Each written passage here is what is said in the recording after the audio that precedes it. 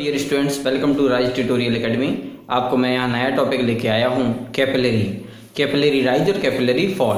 देखिए कैपिलरी होता क्या है, जब भी कोई एक नैरो ट्यूब को आप वाटर में डिप करते हैं तो उसमें वाटर का जो लेवल है वो अप हो जाता है और उसको ऊपर नीचे कर सकते हैं आप। या अगर मतलब कहने का सिंपल सा है कि अगर एक नैरो ट्यूब को वाटर के कोई कंटेनर में आप डालें तो उसमें वाटर का लेवल अपवर्ड हो जाता है। और कहीं कहीं जैसे अगर हम बात करें कि ट्यूब को अगर आपने मरकरी के अंदर डाल दिया तो मरकरी में जो वाटर लेवल है वो कम हो जाता है। मतलब सिंपल सा कहने का है कि वाटर लिक्विड का लेवल अपवर्ड और डाउनवर्ड होना किसी नैरो ट्यूब में, उसको हम बोलते हैं कैपिलरी एक्शन बोल देते हैं। चाहे अप राइज हो, कैपिलरी अपवर्ड अगर डायरेक्शन में जाए तो उसको कैपिलरी राइज पढ़ते हैं, और कैपिलरी अगर डाउनवर्ड डायरेक्शन में फॉल हो रहा हो तो उसको कैपिलरी फॉल पढ़ते हैं। तो हमें इसके लिए एक्सप्रेशन पढ़ना है। तो सबसे पहले मैंने एक क्या लिया है पहले बता देता हूँ। एक कंटेनर है, इसमें हमने एक कैपिलरी ट्यूब ली है। कैपिलरी ट्यूब है, हमने माना कि इसमें जो लिक्विड है, लिक्विड ये वाला है, ये लिक्विड है, इसमें कैपिलरी ट्यूब ली। कैपिलरी ट्यूब में बनाने जब आपने कैपिलरी ट्यूब को लिक्विड में डिप कराया, जैसे आपने अंदर की तरफ किया, कुछ पोर्शन अंदर किया, तो इसमें वाटर लेवल आप देखेंगे ऊपर की तरफ बढ़ जाता है। मतलब यहाँ पे वाटर लेवल ये है, लेकिन इसमें ट्यूब में ज्यादा हो जाता है। ट्यूब में जो वाटर लेवल है वो बढ़ जाता है, मतलब इंक्रीज हो जाता है। तो इस कंडीशन में अगर आप देखेंगे कि जो वाटर लेवल इंक्रीज हुआ वो कितना है, H। हमने मान लिया कि जो वाटर लेवल इंक्रीज हुआ वो क्या है, H। तो वाटर लेवल जो इंक्रीज हुआ वो H है। और हमने मान लिया जो सरफेस टेंशन है लिक्विड और इसके बीच में जो ग्लास की जो प्लेट है, ग्लास की जो आपने ट्यूब ली है, जो सरफेस टेंशन है वो सिग्मा है। कितनी है surface tension, sigma. Surface tension आपने सिग्मा ली है। और हमने माना कि इनकी सरफेस और लिक्विड के बीच में जो एंगल है, एंगल ऑफ कांटेक्ट जिसको बोलते हैं, वो थीटा है। एंगल ऑफ कांटेक्ट कितना है, थीटा। तो यहाँ पे एंगल ऑफ कांटेक्ट आपने लिया है थीटा, सरफेस टेंशन आपने दी है सिग्मा। आपने माना कि जो हाइट है जो कैपिलरी राइज हो रही वो है H। अब करना क्या है, सबसे पहले अगर हम बात करेंगे तो हमें निकालना है weight of liquid of height H। Weight अगर हमें निकालना है जो कि लिक्विड में, इसमें ट्यूब में जो कि H हाइट पर है, तो वेट हम कैसे निकालेंगे, एरिया ऑफ ट्यूब इनटू, हमने पढ़ा है area of tube into H। अब एरिया आपने कैसे पढ़ा, मतलब ये वेट कैसे निकालते थे, आपने वेट पढ़ा था W equal to mg, weight पढ़ा था W equal to m into g, पढ़ा हुआ था आपने W equal to m into g। लेकिन आपने पढ़ा है कि डेंसिटी इक्वल टू होता है mass upon volume. Density equal to क्या होता है, मास अपॉन वॉल्यूम। तो डेंसिटी इक्वल टू होता है मास अपॉन वॉल्यूम। अब आप देखेंगे कि density equal to mass upon volume, तो मास कितना हो जाएगा, rho into volume, density into volume. अब वॉल्यूम हम जानते हैं, अगर कोई सिलिंड्रिकल ट्यूब हो तो उसका जो वॉल्यूम होता वो होता एरिया इनटू लेंथ। अब लेंथ यहाँ पे हाइट है, लेंथ यहाँ पे क्या है, हाइट है। तो हमने एरिया इनटू H कर दिया और इनटू रो कर दिया। मतलब मास के प्लेस पे क्या लिख सकते हो आप, एरिया इनटू H इनटू रो। तो यहाँ पर रख दीजिए, वेट आ जाएगा। मास के प्लेस पे ये वैल्यू रख दीजिए, वैल्यू हो जाएगी A into H into rho into G, मतलब AH रो G। क्या हो गया, AH रो G। A मतलब एरिया, A मतलब एरिया। तो अब यहाँ पे हम बात करें तो अब एरिया देखेंगे। देखिए अब वैल्यू हमने कैसे निकाली, हमें tube weight of liquid of height H in tube equal to area of tube, अभी बताया मैंने, area into height into rho into G, area into height into rho into G। क्या क्या हुआ देखो वैल्यू, एरिया मतलब वेट हमें निकालना है तो वेट W इक्वल टू होता है mg। क्या होता है W इक्वल टू mg। अब रो इक्वल टू हमने पढ़ा डेंसिटी इक्वल टू होता है मास अपॉन वॉल्यूम। तो यहां से आपने मास की वैल्यू निकाली क्रॉस मल्टीप्लाई करके, rho into v, density into volume से। अब सिलेंडर का जो वॉल्यूम, सिलेंड्रिकल, ये ट्यूब है सिलेंड्रिकल है, तो इसका वॉल्यूम होता है area into length, area into length, vertical में रख दो तो हाइट। लेंथ और हाइट एक ही चीज होती है, तो A इंटू H वॉल्यूम हो गया इंटू रो, मतलब मास की वैल्यू होगी A into H into rho, value रख दी यहाँ पर, तो वैल्यू हो जाएगी W वेट की A into H into rho into G। मतलब कहने का है कि area of tube into H height into rho into G। Area कितना है ट्यूब का, π/4 d स्क्वायर या πd square upon 4 into height कितनी थी H into rho into G।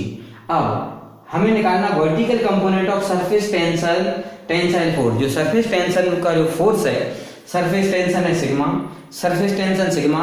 अब इसकी वजह से जो फोर्स होता है वो होता है sigma into pi D. Force क्या होता है सिग्मा इंटू पाई डी। अब इसका कंपोनेंट निकालना है वर्टिकल कंपोनेंट। कौन सा कंपोनेंट निकालना है? वर्टिकल कंपोनेंट इसका निकालना है। तो वर्टिकल कंपोनेंट होगा sigma into pi D into cos theta. क्या होगा? Sigma into pi D into cos theta. इसके ऐसे वर्टिकल कंपोनेंट इस डायरेक्शन में सिग्मा कॉस थीटा, वही हो जाएगा सिग्मा साइन थीटा। तो ये हो जाएगा sigma into pi D into cos theta. Sigma into pi D जो है ना ये सरफेस टेंशन फोर्स था, लेकिन ये वर्टिकल कंपोनेंट में करना तो कॉस थीटा का मल्टीप्लाई किया कि sigma cos theta sigma into pi D into cos theta. ये वर्टिकल कंपोनेंट होगा। कैसा कंपोनेंट होगा? Vertical. Sigma into pi D तो सरफेस टेंशन फोर्स था, वर्टिकल कंपोनेंट निकालना उसको तो क्या करना? कॉस थीटा इंटू आपने कर दिया कॉस थीटा। अब इन दोनों वैल्यूओं को आपको बराबर करना। जो दोनों फोर्स हैं, एक तो सरफेस टेंशन की वजह से जो फोर्स लग रहा और दूसरा जो फोर्स लग रहा वेट है, इसका वाटर वेट है, वेट आपको इक्वल करना। Weight of the liquid, H height पर जो लिक्विड है इस ट्यूब में उसका वेट है वो भी इक्वल करना आपको सरफेस टेंशन फोर्स के। तो देखिए हमने क्या किया, दोनों को हम इक्वल करते हैं। तो देखिए इसको इक्वेशन नंबर 1 डाल देना, इसको इक्वेशन नंबर 2 डाल देना। तो हम लिखते हैं from equation number first and second. From equation number first and second. देखिए from equation first and second. Equation first में वैल्यू थी, किसकी वैल्यू थी? यहाँ पर pi by 4 D square multiply में है pi by 4 D square into H into rho into G equal to sigma into pi D into cos theta. ये value आ रही है। ठीक है, अब देखिए कोई वैल्यू कट रही है। हाँ, पाई से पाई कैंसिल हो जाएगा, एक डी से एक डी कैंसिल हो जाएगा, आप डिवाइड कर सकते हैं। तो इसकी जो वैल्यू बची है वो देखिए हम यहाँ लिखते हैं, यहाँ लिख देते हैं। ये तो आप नोट कर चुके होंगे। तो यहाँ पे हम वैल्यू लिखते हैं। देखिए क्या आएगी वैल्यू, यहाँ पे बची हुई है एक डी बचा हुआ है अपॉन 4 है into H into rho into G equal to sigma into cos theta. Cross multiply कर दीजिए। क्रॉस मल्टीप्लाई करने के आप देखिए क्लास है, जब आप क्रॉस मल्टीप्लाई करेंगे और इसमें एक डी बचा था, डिवाइड करिए तो देखो कितनी वैल्यू कितनी आएगी। वैल्यू जो आ रही है वो आ रही है, यहाँ से क्या करिए आप, यहाँ से क्या करिए एच की वैल्यू फाइंड कर लीजिए। तो देखो एच कितना आ जाएगा, क्रॉस मल्टीप्लाई करना है, एच इक्वल टू हो जाएगा 4 का मल्टीप्लाई तो 4 सिग्मा कॉस थीटा अपॉन देखो बाकी वैल्यू को नीचे भेज दो, अपॉन में हो जाएगा रो इंटू जी इंटू डी। ये वैल्यू हो गई। अब रो इंटू जी लिख दिया हमने। ठीक है, रो जी डी मतलब एच इक्वल टू हो गया 4 sigma cos theta upon rho into जी इंटू डी। तो ये किसकी वैल्यू आ जाएगी? यहाँ से हाइट निकाल सकते हो आप, कितना हाइट जो राइज हो रही है, इसमें कैपिलरी राइज हो रही है, एच की वैल्यू निकाल सकते हो 4 sigma cos theta upon rho into जी इंटू डी से। लेकिन अगर हम जानते हैं कि जो सरफेस है वो प्योर वाटर के लिए और क्लीन ग्लास हो, प्योर वाटर हो, जो ग्लास हो स्मूथ हो, क्लीन हो, तो उस कंडीशन में थीटा की वैल्यू 0 होती है। थीटा की वैल्यू कितनी होती है? 0। तो थीटा इक्वल टू अगर आप 0 रख देंगे तो देखो एच की वैल्यू कितनी हो जाएगी? एच इक्वल टू हो जाएगा 4 sigma cos 0 upon rho into जी इंटू डी। और हम जानते हैं कि कॉस 0 की वैल्यू होती है 1, कॉस 0 की वैल्यू होती है 1। तो एच इक्वल टू आ जाएगा 4 सिग्मा अपॉन रो इंटू जी इंटू डी। इस तरह से हम लोग एच की वैल्यू निकाल सकते हैं कि प्योर वाटर और ग्लास के बीच में जो थीटा की वैल्यू होती है वो 0 होती, तो कॉस 0 की जो वैल्यू होती है कॉस 0 की वो होती है 1। तो इस तरह से हम लोग वैल्यू को निकाल सकते हैं, वैल्यू को फाइंड कर सकते हैं।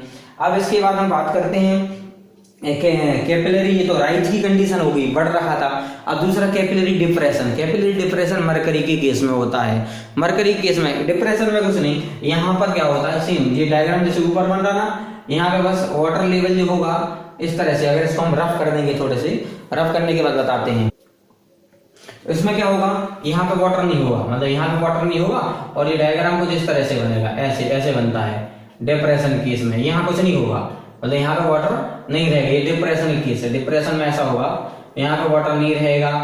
बाकी फॉर्मूले से सेम आएगा, फॉर्मूला यही आएगा, हमने मान ली एच हाइट तक डिप्रेशन हुआ, हमने मान लिया कितने हाइट तक डिप्रेशन हुआ, h हाइट तक अगर डिप्रेशन हुआ तो h हाइट के केस में इसकी जो वैल्यू आएगी वो सेम आएगी, h equal to 4 sigma cos theta upon rho into ji into D, h equal to 4 sigma cos theta upon rho into ji into D. बस यहाँ पे हमें ध्यान रखना कि मरकरी और वाटर के बीच में, या हाँ फॉर मरकरी और ग्लास तो एंगल जो होता है वो 128 डिग्री होता है for mercury and glass, for mercury and glass theta equal to होता है 128 degree, theta equal to 128 degree. Mercury and glass के लिए थीटा की वैल्यू 128 डिग्री होती है। बाकी डायग्राम से मतलब अपोजिट हो जाएगा, यहाँ डिप्रेशन होने लगता है तो इसको हम लोग बोलते थे कैपिलरी डिप्रेशन। फॉर्मूला सेम आता है, ये किस केस में होता है, मरकरी, जैसे मरकरी आपने ले लिया तो मरकरी के केस में ऐसा होगा, डिप्रेशन होगा। फॉर्मूला सेम आएगा, h equal to 4 sigma cos theta upon rho into ji into D. बस यहाँ पे ये ध्यान रखना कि मरकरी और ग्लास के बीच में जो थीटा की वैल्यू होती है, एंगल ऑफ कॉन्टैक्ट की जो वैल्यू होती है वो कितनी होती है, 128 डिग्री। तो 128 डिग्री होती है थीटा की वैल्यू मरकरी और ग्लास के बीच में, और प्योर वाटर और ग्लास के बीच में कितनी होती है, 0 डिग्री। तो ये आपको ध्यान रखना है, इस पे क्वेश्चन जरूर पूछे जाते हैं और इस तरह के क्वेश्चन हर एक एग्जाम में पूछे जाते हैं, चाहे तो गेट हो, IAS हो, नीट हो और या फिर आपका IIT JEE हो, जरूर इस तरह के क्वेश्चन पूछे जाते हैं।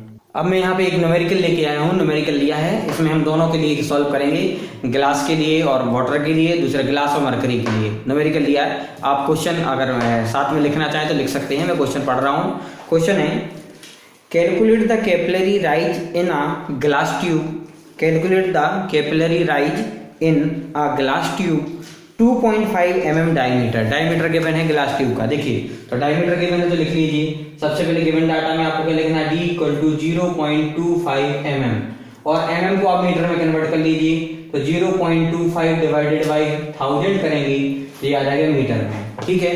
तो इसको ऐसे लिख सकते हैं, इक्वल टू हो जाएगा 0.25 इंटू 10 की पावर -3 मीटर, ऐसा लिख सकते हैं, ठीक है। आगे पूछ रहा है एंड 2.5 है ये ना, 2.5 है, 0.25 नहीं है, ये 2.5 के बने mm में, तो यहाँ पे आप 2.5 कर देना, 2.5 अपॉन 1000 वैल्यू हो जाएगी वही 2.5।